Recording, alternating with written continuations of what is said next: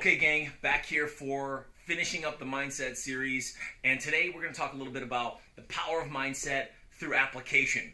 Exercising mindset. Having a powerful mindset is a great idea, but it's a delusion unless I'm following through with action steps, with exercises so that I can have a powerful mindset. So let's jump right in. So I wrote down, your mind is a muscle, exercise it. How do I do that? Well, the easiest way to do that, but the hardest way for me when I first got started, was through affirmations. Affirmations are things that we say to ourselves. They may be quick things, or it may be a conversation that I have with myself. But the bottom line is that if I'm not being intentional about the conversation that I'm having with myself, I'm still having conversations with myself. I don't like to do this. Why are people so mean? Why aren't they talking to me? Why aren't they being receptive to me? Why are people rejecting me? Well, I feel uncomfortable. Maybe this isn't for me. These things that we say to ourselves, that we put ourselves down. I mean, some of the things that we say to ourselves, we wouldn't allow anyone else in our lives to say something like that to us. And yet we're saying it to ourselves. So, look, having positive affirmations counteracts some of these prior things that we say to ourselves because of experiences, of conditions, of things that have happened to us, ways people have treated us that simply aren't true. You're a valuable person. You bring value to people's lives in your service. I mean, we're not collecting debt here or selling Scentsy oils. Look, I love Scentsy oils, by the way. Okay, but this is a valuable service that specifically changes people's lives physically, financially, emotionally. It's a big deal. $250,000, $1 million worth of financial investment, and you're right in the middle of that. You're having $10,000, $20,000, $30,000 conversations, and your mindset walking in isn't conducive to that. Okay, so affirmations. I'm a powerful communicator. My service changes lives. I bring value to every call. My mindset is strong all day long. What are the things that you're saying to yourself? Write them down. Have a list. Maybe a specific list for prospecting. Maybe a specific list for presenting. Maybe a specific list for your day. Maybe a specific list for you personally. Get intentional about writing down affirmations for yourself, because look, you're already having the conversations. So when you're intentional about it, you can really elevate your mindset through this specific exercise, this one thing that's really going to change the way that you look at things, the way you perceive things, hear things, and then more importantly, how you respond so that that projection's better received. And man, that's going to be the difference. Okay, so the next thing I have written down is gratitude lists. Gratitude lists. An easy one. You guys, I'm sure many of you have heard of gratitude lists, but have you done it? Do you write a gratitude list every morning, once a week, every couple of days? Look, it's hard to worry and be grateful at the same time. It's hard to be upset and be grateful at the same time. What are you grateful for? Are you grateful that you've gotten? Listen, I got a couple emails today. Okay, because look, being grateful for the small things is better sometimes than being grateful for the big things, because the big things may not happen as often. Getting a contract signed or a deal into escrow may not happen every day for you. So, being grateful for the small things, counting the little wins, is what counts to get to the big ones, right? To take those steps. I'm grateful that I'm role playing. I'm grateful that I've made some phone calls today. I'm grateful I did an open house. I'm grateful people came to the open house because I was intentional about driving traffic there by door knocking and calling around the area. The little things are what counts to lead to the big things. Being grateful's a big thing. Okay, so the next point I have written down is spend some time to quiet your mind. Now, are you being intentional about giving yourself a break? A break. Just a little bit of time so that you can breathe. I know for me, sometimes I'm going hard all day long, and I don't even stop. Sometimes I forget to take lunch.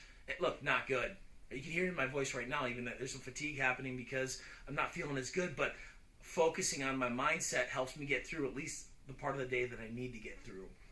And taking a little bit of time to rest, to take that time to just quiet down. Maybe it's a deep breath with a walk around the building, listening to some music, affirmations, reading a book, a little bit of music. Well, listen, whatever it is for you, just take a break. But if it's not in your schedule, it doesn't exist. Put it in your schedule. Give yourself that appointment time, 15 minutes, 20 minutes, look, even 10 minutes, get it in your schedule. Okay, the next point I've written down is remove the drama quicker. Look, it's coming. Drama's coming.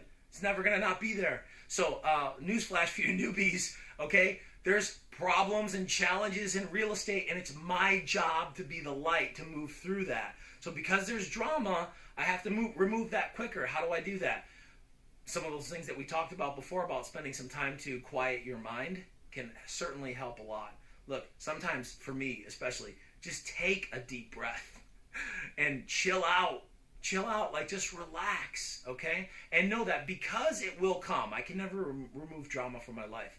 I will be positive, I will be progressive, I will be the light, and I'll move through. So setting those expectations, knowing it's going to be there, being intentional about how I'm going to handle that, and specific with what exercises I'll use to counteract that, will help you remove drama quicker, because it's still coming. Okay, the next point I wrote down is spend less time comparing yourself to others. Look, don't compare your insides to other people's outsides. Bold law. Okay? Don't compare your insides to people's outsides. You don't know where they've been or what they've been through or how they got there, good or bad. You're on your own path and your own journey and your own timeline. Don't do that to yourself, because you deserve to continue to uplift yourself. And your own journey is just that. It's your own journey. So comparing yourself to how other people got there or where they're at right now, I mean, you don't even know what the reality is of their situation. Because, look, don't judge a book by its cover. You don't know what's under that book, good or bad. Okay? So you have your own journey. Stay to that. Stay focused on that, because that's what's going to allow you to move forward at the pace that you need to be at your own pace. All right, so next point I have written down is you are who you hang around. Mom said that, right? Don't hang around those kids. Look, the water cooler, at work, outside of work, be careful with who you're hanging around, because that can infiltrate your mindset and what you think about things. The conversation at the water cooler, in the coffee room, right? Usually good or bad? Exactly. The answer was bad for those of you who didn't hear it, right? It's usually not good. So either you can be the light to that, you can be positive and progressive and bring some positivity to conversation. You can remove yourself faster. Whatever it is, be intentional about who you hang around. Maybe you're masterminding with people and you're setting up those masterminds so you can spend some time weekly or monthly to mastermind with high producers and talk about what's working and what's not working, and using that synergy to move through with creative ideas to improve your life, improve your business. Masterminding is a great idea, guys. Okay, so final thought. Focus on the one thing on a weekly, daily, and hourly basis. Look, here's the magic pill. Ready? Magic pill. Persistency. Oh, Paul, that's it. What do you mean? Just work hard? Working hard. Being persistent. Okay? Lead generation. Persistency pays. Follow up. Persistency pays. Your ability to be persistent, it's those who follow through and are continuous with what they do. And look, here's a secret. You don't even have to be that good at what you're doing. But if you do it a lot, you'll be successful. And that's nobody likes that answer, and nobody's selling that on TV, because hard work's not sexy. It's not fun. It's not something people love to do, typically. There's some freaks, all right? But persistency is what pays. Does your schedule, time blocked, allow you to be persistent with setting some time aside for mindset? Are you persistent with your lead generation? Are you persistent with your follow-up? Look, I know you're not going to do it 100%, but what would happen if you were to do what you're supposed to do 75% of the time? Are you doing that already? A lot of you aren't. All right, look, mindset. It's really where everything begins and ends. So be intentional. Train your brain. I appreciate your guys' time. Go out there and make some money. Open up the chapter.